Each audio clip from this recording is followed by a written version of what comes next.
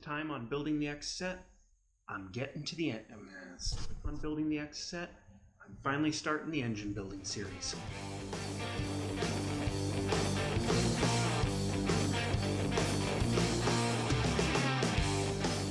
I finally got my block back from the machinist and my crankshaft. Took a little over a month, which was slightly ridiculous in my opinion.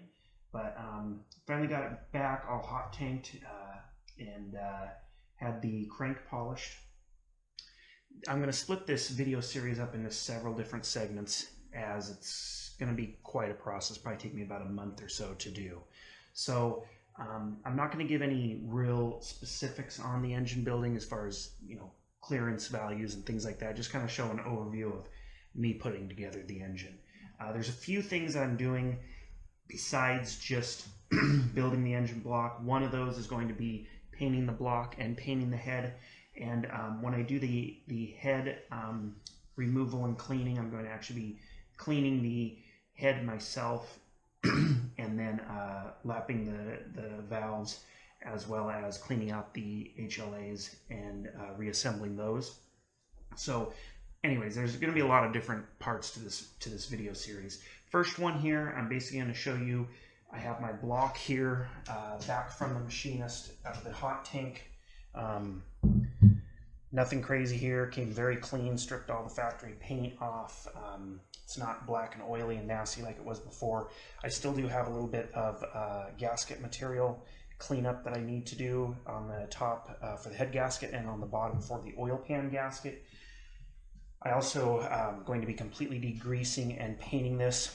I need to re-hone the cylinders. For that I have a flex hone, just to basically get some cross-hatching on the cylinders. There's still some of the factory left, but just going to do that to help redo that to help the ring seat in here. So first things first, going to be going through deep cleaning this using the advice from my machinist, and then priming and painting silver with the VHT engine enamel.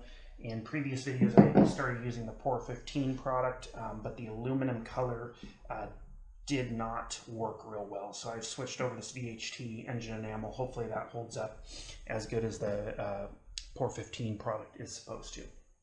So anyways, the basic steps I'm going to be using here, first off is honing out my cylinder bores.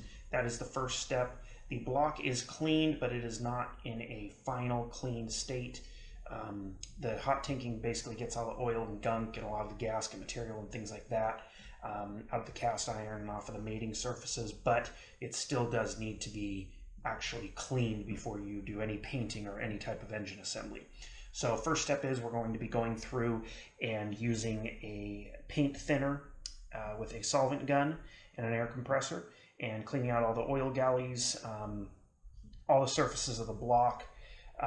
After we do the honing on the cylinders, then the next step after the block is completely cleaned using paint thinner, it will be then cleaned again using a basically super clean, a degreaser over the whole engine bay, and then flushed with pressure washed with hot water.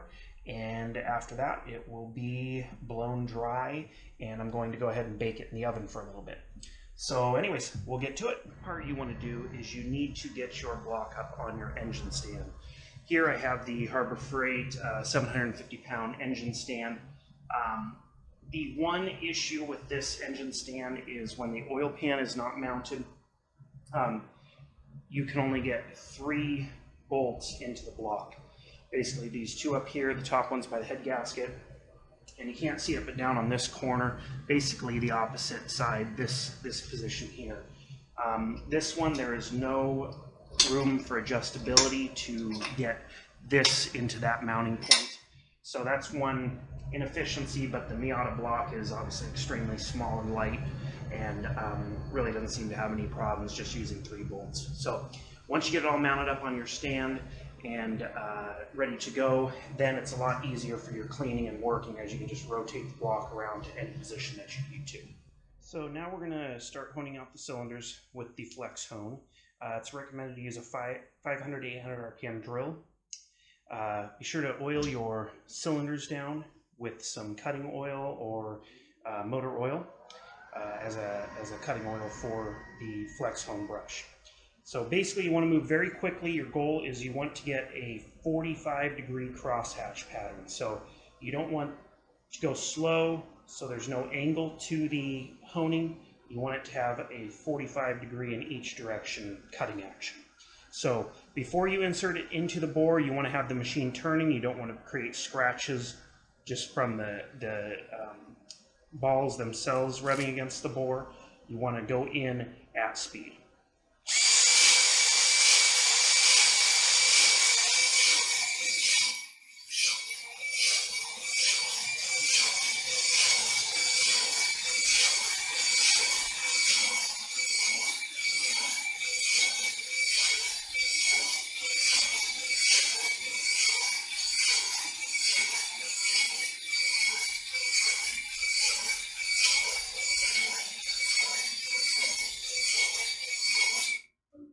There we go, so about 20 or 30 seconds of that, and I'll move the camera here so you can get a good shot of the cross hatching.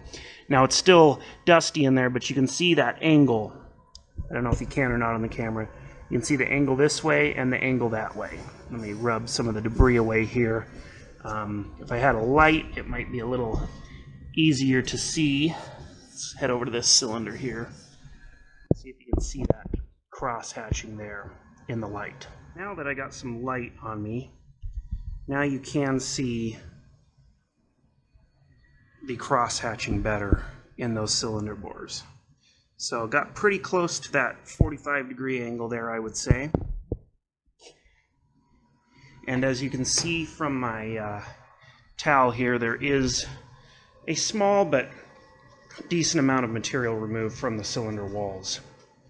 Not necessarily a cutting or grinding into the bore, but there is some material that is removed from the bore. Okay, so now that our cylinder bores are rehoned, next step is basically before getting into the final cleaning here, we are going to be removing the leftover head gasket material and kind of carbon buildup. And then on the flip side of the engine, on the bottom end, we are going to be removing some of the RTV sealant for the oil pan. Okay, so now on the oil pan side of the engine on the bottom end, got the rest of the gasket material cleaned off. The head gasket area on the other side of the motor looks pretty good as well. There still is some staining from the carbon, but overall the surfaces feel very clean and very smooth, and no residues to cause interference with the curing. The next step is going to be getting the block outside and doing a solvent bath. And then after that, rinsing with warm water. Next step after that will be to do a super clean bath, a degreaser bath, and then do another wash with warm water after that, and take the air compressor and dry everything out. During that cleaning, I'm going to be focusing with some pipe brushes on the oil galleys, getting all those cleaned out everywhere, getting all the debris and anything that could possibly be sitting in those to get removed, and as well as re-cleaning out the cylinder bores and any of the mating surfaces, giving them a quick scrub as well too. Okay, so now we're going to be using our our solvent sprayer with paint thinner to douse the block down, and then a variety of just pipe brushes and scrubbing brushes to clean out all the galleys, any of the coolant passages, things like that.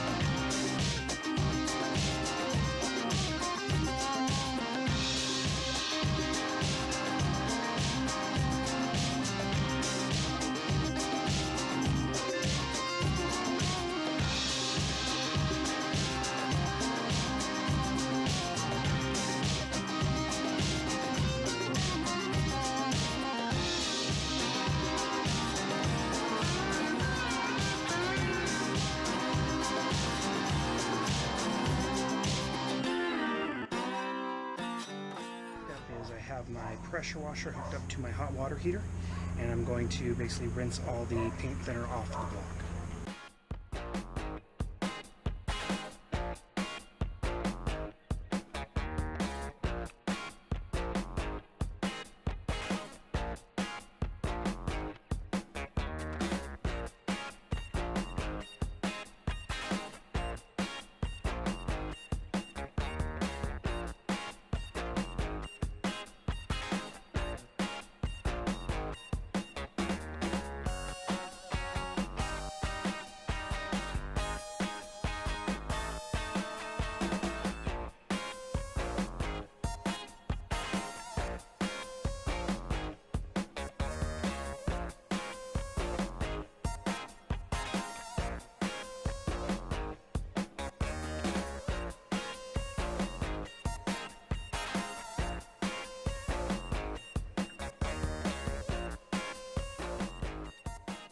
Been completely rinsed with super clean with the spray gun.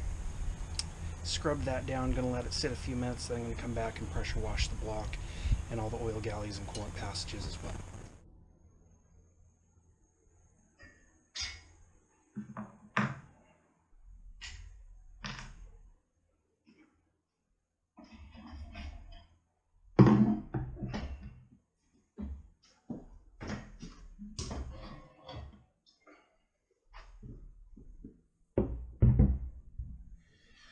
Okay, so now I have my engine block completely cleaned, rinsed with solvent, washed, then rinsed with super clean, washed, and air dried.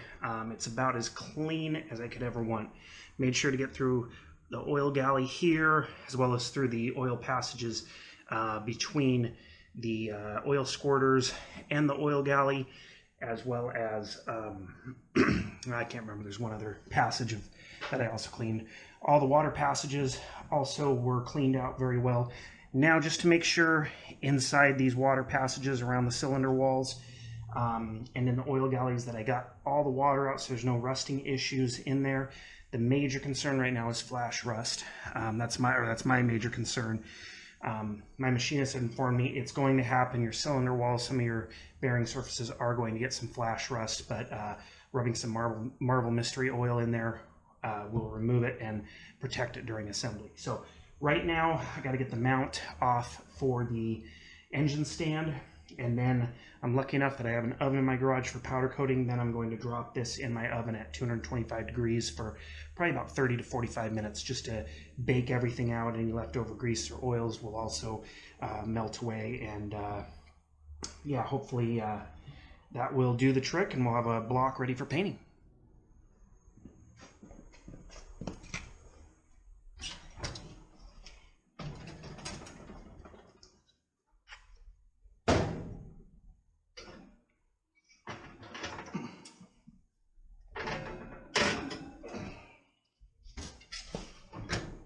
So back in the garage here, engine block is present. I